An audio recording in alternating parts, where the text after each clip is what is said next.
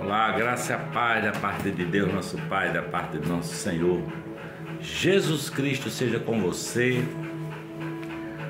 Já te peço desde já que você se inscreva, ative o sininho das notificações, curta, comente e compartilhe para que esse perfume de Jesus se espalhe por todo o planeta. Hoje eu resolvi meditar sobre o Espírito Santo, a terceira pessoa da Trindade, né? A gente ora em nome do Pai, em nome do Filho e do Espírito Santo. Mas quem é o Espírito Santo para você? Quem é o Espírito Santo para mim, para você? Para muita gente o Espírito Santo é uma força que move tudo. Para outros o Espírito Santo é um sopro divino. E para muita gente é um fantasma de Deus, não é? Que se apresenta em determinadas circunstâncias, as pessoas começam a pular e a gritar e a estremecer quando são batizadas no Espírito Santo. E eu não estou aqui para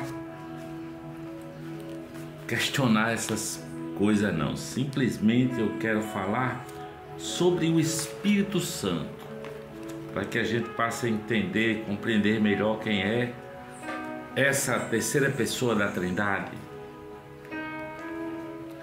Aqui Lucas escreveu o Evangelho, escreveu o livro de Atos dos Apóstolos, apóstolo Lucas. No final do Evangelho de Lucas, ele descreve, antes de Jesus ter sido assunto aos céus, ele diz que eles esperassem em Jerusalém, que eles seriam revestidos de um poder do alto, não é? Jesus falou isso para aqueles discípulos: vocês receberão um revestimento de poder e serão minhas testemunhas em Jerusalém, em todo o mundo. E essa palavra de Jesus que está lá no finalzinho, capítulo 24 do Evangelho de Lucas, se cumpre aqui no livro de Atos dos Apóstolos, que também foi escrito por Lucas. Afinal, ele começa aqui dizendo: fiz o primeiro tratado, ó Teófilo, acerca de tudo que Jesus começou não só a fazer, ensinar, até o dia em que foi recebido em cima, depois de ter dado mandamentos pelo Espírito Santo aos apóstolos que escolhera. Esse é o primeiro versículo do capítulo 1 do livro de Atos. E o Evangelho de Lucas também, Lucas escreve a esse rapaz chamado Teófilo. E no capítulo 2 de Atos, ele descreve a descida do Espírito Santo sobre aqueles homens que estavam trancados com medo da perseguição romana. Ele diz que eles estavam todos reunidos no mesmo lugar e veio primeiro um som como de um vento impetuoso e veemente e encheu a casa onde eles estavam assentados.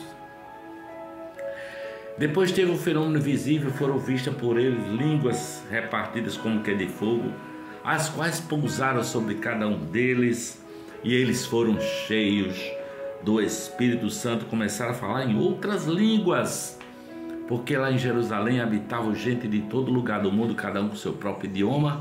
Mas essas pessoas começaram a ouvir na sua própria voz. Houve uma tradução simultânea e eles entendiam o que aqueles homens estavam falando, não é? Aí no versículo 16 do capítulo 2, Pedro vai explicar o que está acontecendo. Ele diz que é o cumprimento da profecia do profeta Joel, E nos últimos dias, diz Deus, do meu espírito derramarei sobre toda a carne. Vossos filhos e vossas filhas profetizarão, vossos jovens terão visões e os vossos velhos sonharão sonhos. Também do meu espírito derramarei sobre todos os meus servos e minhas servas, e naqueles dias profetizarão, até o versículo 18. Veja, coisas extraordinárias aconteceram aqui com o cumprimento da profecia do derramamento do Espírito Santo, não é? Mas a maioria de nós não sabe nem dizer quem é a terceira pessoa da Trindade. A maioria de nós pensa no Espírito Santo como sendo uma luz, né? Uma luz divina, uma coisa assim. Mas a palavra nos diz, como Jesus disse: enviarei do meu Espírito Santo sobre vós, e vocês serão minhas testemunhas em Jerusalém, na Judéia, nos confins da terra, até os confins da terra. Jesus disse que mandaria um Consolador. O Consolador é esse Espírito Santo, é um defensor, ele é um ajudador, não é? Jesus disse que enviaria esse Espírito Santo, esse ajudador. Paulo fala em Gálatas 5, o fruto do Espírito, a obra do Espírito Santo, né? Porque o Espírito Santo não é um fantasma. O Espírito Santo é Deus, ele é santo, ele é o Espírito Santo, ele é alguém, não é um fantasma, sabe? Ele é coigual ao Pai e ao Filho, portanto ele é onipotente, sabe? Ele é onipresente, ele é onisciente. Miqueias 3, versículo 8 diz assim: estou cheio de poder pelo Espírito Santo. O Espírito Santo está em toda parte. O Espírito Santo estava na criação do mundo, se movia sobre a face das águas, segundo o Evangelho. A palavra de Deus diz que o Espírito Santo nos convence do pecado, da justiça e do juízo. Ele nos guia a toda verdade. O Espírito Santo é quem nos atrai para a cruz de Jesus Cristo, porque na verdade nós somos mortos, precisamos nascer de novo. Nós temos um corpo, uma alma morta em delitos e pecados, não é? E é preciso nascer de novo, voltar a viver espiritualmente, né? E o Espírito Santo é que nos vivifica. É preciso nascer de novo, sabe? Porque um homem sem Deus está morto. Morto, espiritualmente morto. Então, Jesus, quando Nicodemos o procura naquela madrugada, não é, para não ser visto, Jesus vai na surdina procurar. Nicodemos vai procurar Jesus na surdina da noite. E ele diz: bom mestre, sabemos que és mestre e tal, começa logo elogiando. E Jesus disse: rapaz, tão bom que senão Deus, então quer ver a vida, é necessário vos é nascer de novo, Nicodemos, porque o homem sem Deus é morto. Ele disse: é necessário nascer do alto, Nicodemos. Nicodemos ficou assim: mas como pode eu nascer de novo sendo eu velho? Ele diz: Jesus disse: o que é nascido da carne é carne, mas o que é nascido do Espírito é Espírito. Preciso nascer do Espírito Santo. Há um novo nascimento esperando por você, sabe?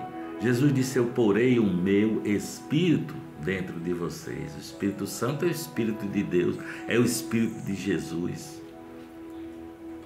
Quando perguntaram a ele: quem é esse Senhor? Ele disse: ele habita convosco, porque Jesus estava presente. Ele habita convosco, mas estará em vós, estará dentro de vocês. E recebereis o poder ao descer sobre vós o Espírito Santo, disse o Senhor. E recebereis poder, não é? O poder do Espírito Santo, o poder da cruz, o poder do Evangelho.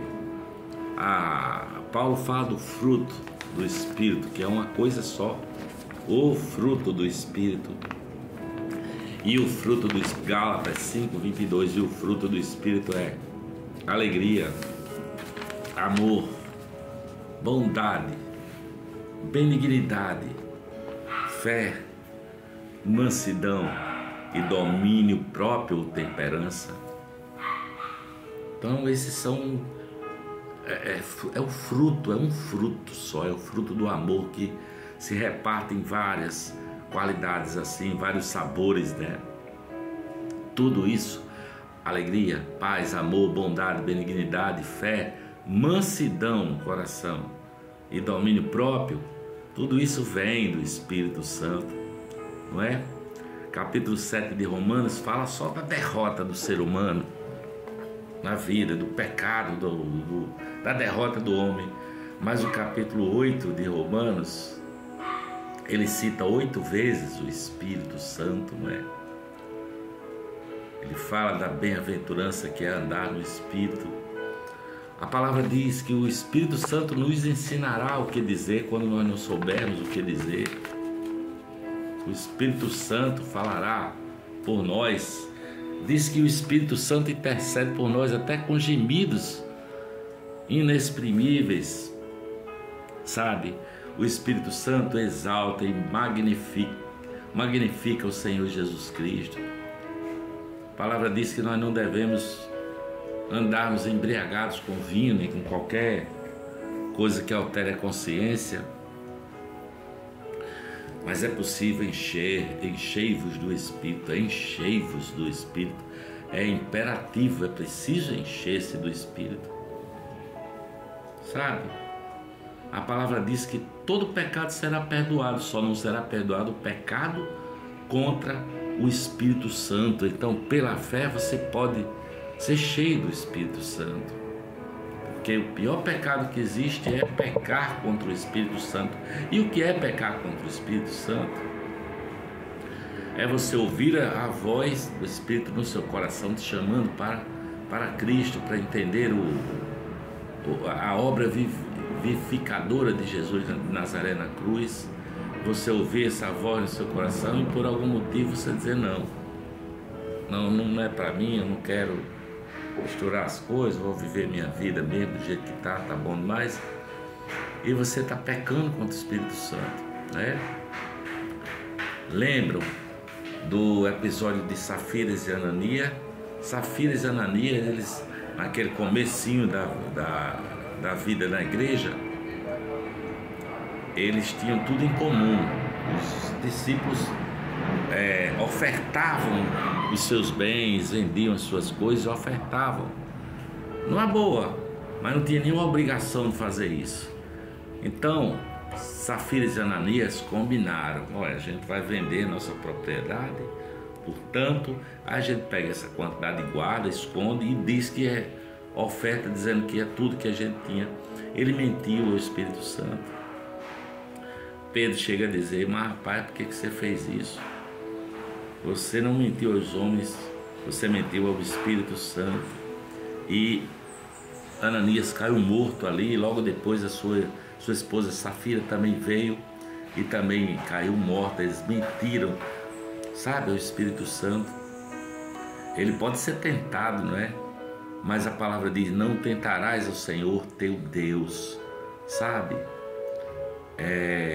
Não tentarás o Espírito Santo da graça, não é? Não resistirás ao Espírito Santo, diz a palavra, porque o Espírito Santo, ele traz Cristo em nosso coração. Portanto, se você ouvir a voz do Espírito Santo, se você está ouvindo hoje a voz do Espírito Santo, venha a Cristo. A vida é um vapor d'água. Amanhã pode ser tarde demais, o amanhã é incerto. Mas Jesus com você, o Espírito Santo em você, sabe? fazendo com que você entenda que você tem pecado. Arrependa-se do seu pecado e receba pela fé o Senhor e Salvador Jesus Cristo, sabe? É isso que a palavra diz: entrega a sua vida a Jesus. Saiba que Ele te ama, que Ele te abençoa e que Ele cuidará de ti todas as situações da vida, sabe? O Espírito Santo vem te atraindo para Jesus de Nazaré, sabe? Eis que estou à porta e bato. Jesus disse que a porta dele está aberta, sabe? A porta está aberta e ninguém a fechará. Ninguém tem esse poder de fechar a porta que Deus abre. E a porta que Deus está abrindo hoje para você é o Espírito Santo falando em seu coração, te chamando para Cristo Jesus, o nosso Senhor e a sua salvação. Espero que essa palavra tenha chegado ao seu coração, em nome do Pai, do Filho e do Espírito Santo. Amém, amém